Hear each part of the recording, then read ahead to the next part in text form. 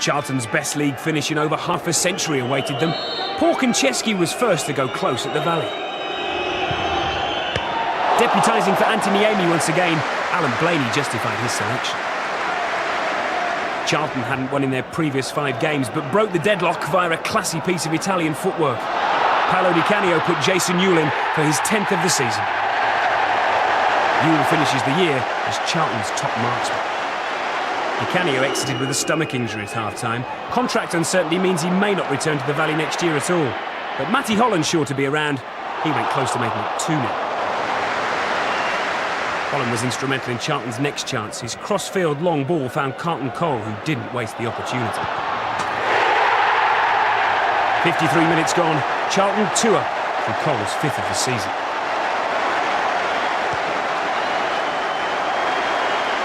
With that, Southampton suddenly kicked into life. Brett Ormerod forced Dean Kiely to earn his money at last. But the Saints arrived in London out of form and without a win to their name in the last 4 games. David Prutton at least gave them hope. He halved the deficit with just under half an hour to go. Stephen Craney's the ball. Ormerod's the step over. Prutton with his first Southampton goal. And had he have nicked a second, Southampton would have snatched a stoppage time point. But Kiely again saved Charlton, 7th, their highest finish for 51 years. Oh, it's a fantastic season for us, and I think there's, obviously a bit of disappointment about because, we've been top 4, top 5 for a long, long while. But you are what you are, where you end up, and we're delighted to be in the top of the table. And 7th is a fantastic achievement. Yes, a highly commendable 7th place finish for Charlton Athletic. OK, stay with us for matches at Bolton. For them, well done. Charlton's best finish in the Premiership after they beat the Saints at the Valley. It's a decent game actually, and Dean Kiely with that long kick. Sean Bartlett wins the header here, and this is why Di Canio is such a clever player. He's already seen Jason Euell on his way, and he's just hoping, Paolo, that Jason's respects that he's going to get this ball to him, and he does. And look, he's on his way. Look, immediately, a great little touch, and the finish is fantastic. Young Blaney there couldn't. They had all kinds of injuries, didn't they, Southampton as well? They did indeed. I mean, Matty Holland's ball there. I mean, Paul Sturrock will look at Paul Telfer and say, I know it's a mismatch, he's bigger than you, but don't let him bring it down, Don't let him bring it down in that situation. React quicker, and if you react quicker, you get a chance to get the ball. Chris, though. He did take it well. They don't lie down anymore, do they, Southampton? I mean, that's the one feature of them in Gordon Strachan and Paul Sturrock's time there. And they came back. Great dummy by Brett Ormerod and Prutton. Once again, you've got to be on the same wavelength when you do an over in that situation, and Prutton must have given him a little shout there to leave it.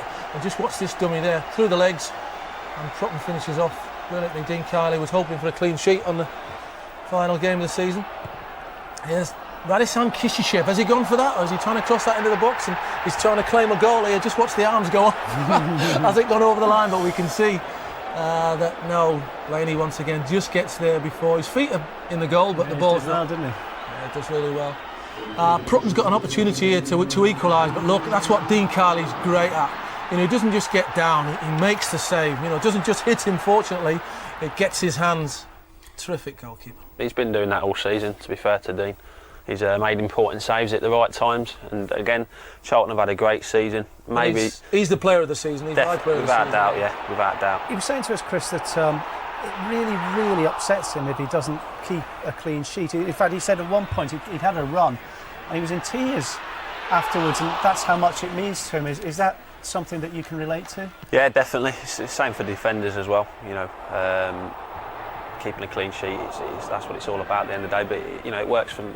Say that the strikers are your first defenders now, so it works straight through the team. But definitely when you keep a clean sheet, you go home happy on a Saturday night. Some of the saves he's made have been absolutely wonderful. He's had a great season. Do you think, in fairness to Dean Kiely, he maybe doesn't get the headlines? With due respect to Charlton, if he was playing for Manchester United or Arsenal or Liverpool, maybe he'd get more headlines, because he's been outstanding, hasn't he? He has, I say, he's made saves at the right times, and where they finish in the league, it's got a lot to do with him as well, because the saves he's made have helped him get 3 points, or they've nicked a point, and he's had a great season. Again, he's as fit as a fiddle. I'm sure he can carry on for a few more years. Do you study other goalkeepers? Do you... Successor